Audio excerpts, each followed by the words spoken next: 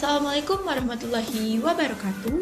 Halo semuanya, kami dari kelompok 1 Laboratorium Uji Bahan 1 yang beranggotakan Andira Putri, Aska Salsa Nabila, Indri Agustina Savitri, Naila Halida, Salsa Bila Putri Adinda, Raden Muhammad Dewa Dirgantara, Syaifullah, dan M. Arya Satya.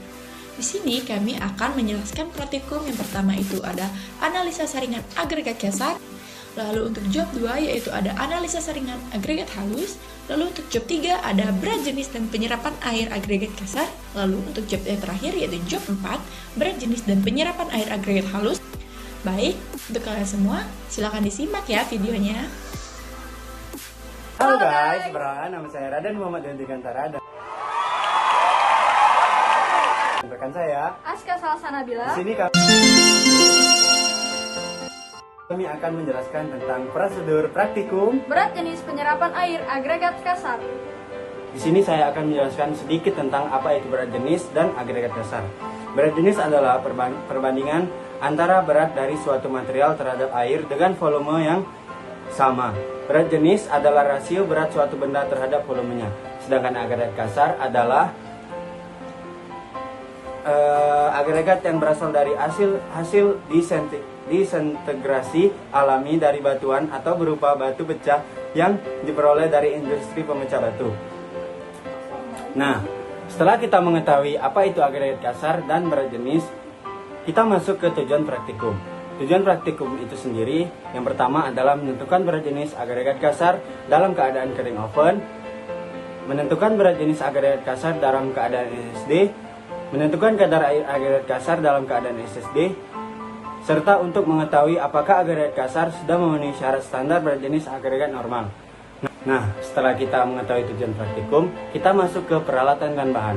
Peralatan yang dibutuhkan adalah timbangan, oven, piknometer plastik, kain penyerap, cawan, dan density spoon. Sedangkan bahan-bahan yang diperlukan adalah agregat kasar sebanyak 500 gram, air. Nah, setelah kita mengetahui alat dan bahan, kita masuk ke prosedur pengujian. Yang pertama, timbang cawan kosong dan timbang agregat sebanyak 500 gram. Lalu cuci bersih agregat untuk menghilangkan kotoran yang menempel pada agregat. Keringkan agregat di oven sampai berat konstan. Lalu rendam agregat dalam air selama 24 plus minus 4 jam. Keluarkan agregat dari air, kemudian lap dengan kain penyerap sampai permukaannya kering.